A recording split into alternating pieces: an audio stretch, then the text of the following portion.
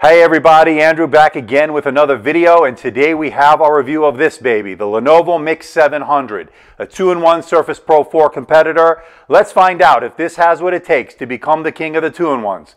Let's find out if it's a buy or a don't buy.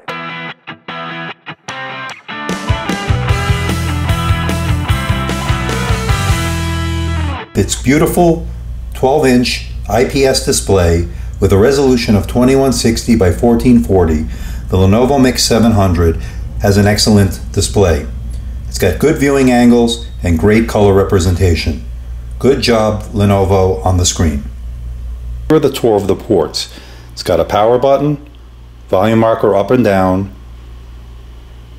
HDMI out, USB 3.0, part of the watch band hinge, side firing speaker,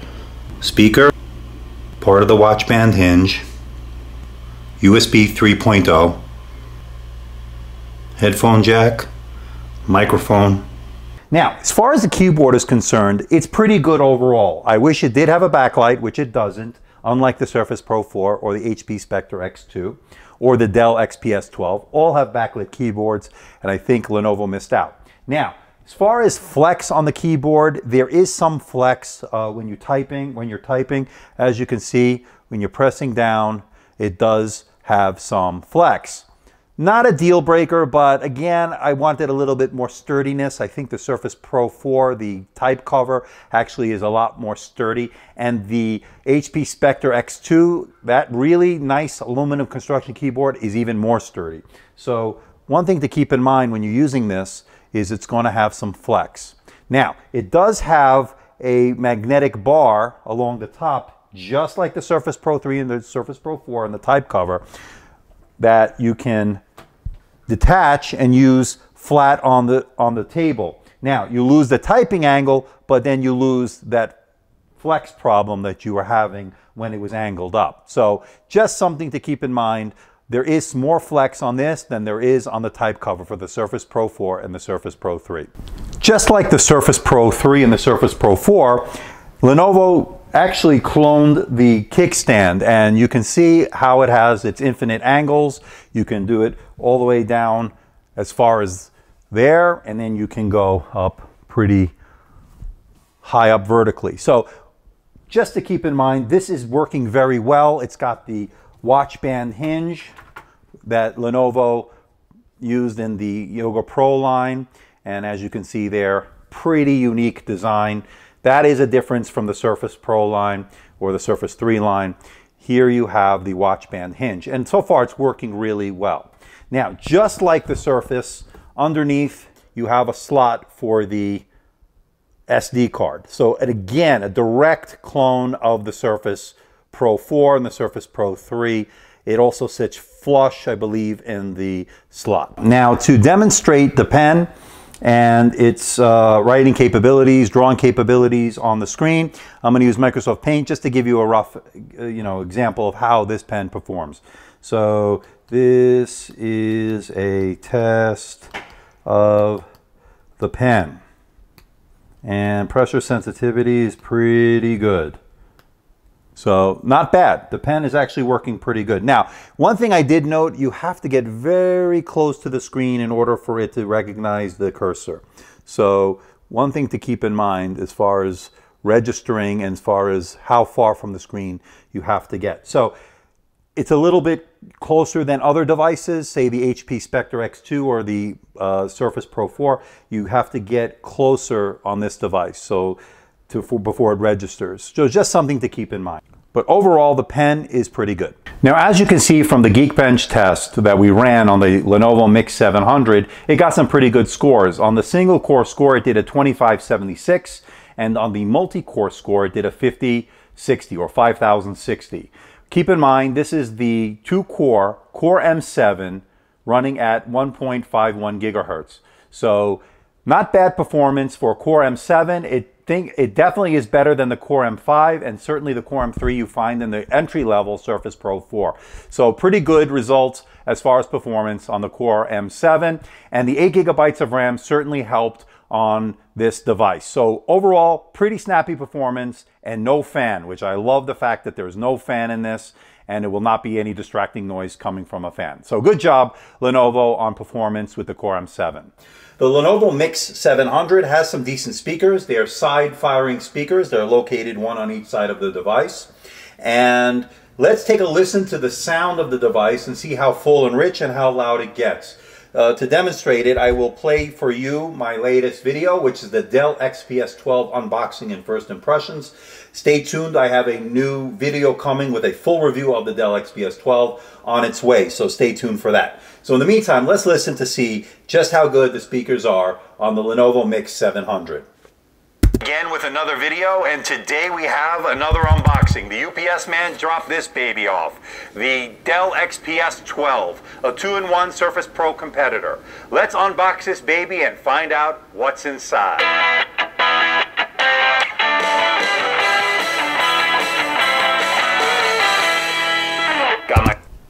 So overall, pretty good sound. Not too loud, but again, not terrible. They have a pretty rich full sound coming out of the speakers. So overall, I would say it's pretty good. Not the best I've ever heard, but not the worst either. I like the pen. I like the fact that it comes with a USB pen holder that you can put into a USB port, and that you could actually use it in other devices, for instance, the Surface Pro 4. And the fact that you can store the pen is a boon. I really like that. The problem with the Surface Pro 4 is that you either have to magnetically attach it to the side or find some other way to store the pen. Not the most convenient thing in the world. Here, at least they tried to do something positive by putting this into the box. Now, as far as the keyboard is concerned, I like the fact that the keyboard is included in the package, unlike the Surface Pro 4, where you have to buy that as a separate $129 accessory. I like the key travel. It was a decent key travel. I like the fact that the keys are nicely spaced out. I would have liked the keyboard to have been backlit, although it wasn't as a deal breaker as much as I thought it would be, because the keys do actually kind of reflect off the screen, and it does sort of give it some sort of glow, if that makes any sense. The keys are white lettered, and as you can see here, it does really sort of reflect when it is in light. So it wasn't terribly, it wasn't a deal breaker, put it that way. Now, another thing I like about this product is the kickstand. I love the fact that it is basically the same kickstand as the Surface Pro 3 and the Surface Pro 4 with its infinite display angles. The only difference being this uses the Lenovo watch band hinge found on the Lenovo Yoga line, the Yoga Pro line to be exact. So I like the fact they put the watch band hinge in there. It looks like it will hold up well over time. As far as performance is concerned, the Core M7 did well.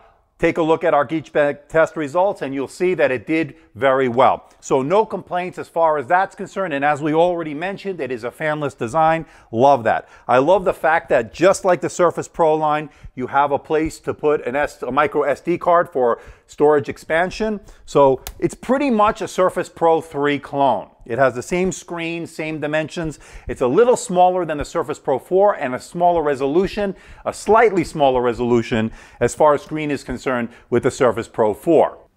The Core M7 version runs Windows Pro as opposed to Windows Home, so I think that's a nice touch for those who need those extra added features, but most people will not really see any difference between Home and Pro. Trackpad, as far as the trackpad is concerned, it is pretty responsive.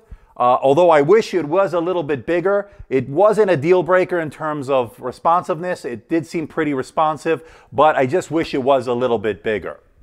Now, here's what I don't like about the device. Well, first of all, battery life. I was expecting to get anywhere from 7 to 8 hours. They're touting, I believe, up to 9 hours on their website. The only thing I was able to get out of this was 5 to 6 hours at most. I think I conked out at 546 or something to that effect. So battery life, although it has a 40 milliwatt hour battery, I felt like it should have been better.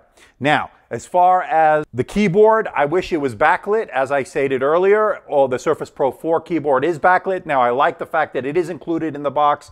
Unlike the Surface Pro 4, this is not backlit. So I would have to ding them for that. The next thing I'm not so crazy about is build quality. Now, it is a very good build quality. It is aluminum construction on the back. It has some Gorilla Glass on the front, but It's not as good as the build quality of the Surface Pro 3 or the Surface Pro 4 with that magnesium alloy. It's just a little bit better.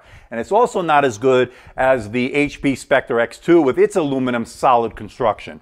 This is a step down. It's also evident when you connect the keyboard, there is some flex, and you do feel it when you're typing. Again, not a deal breaker, but something to keep in mind.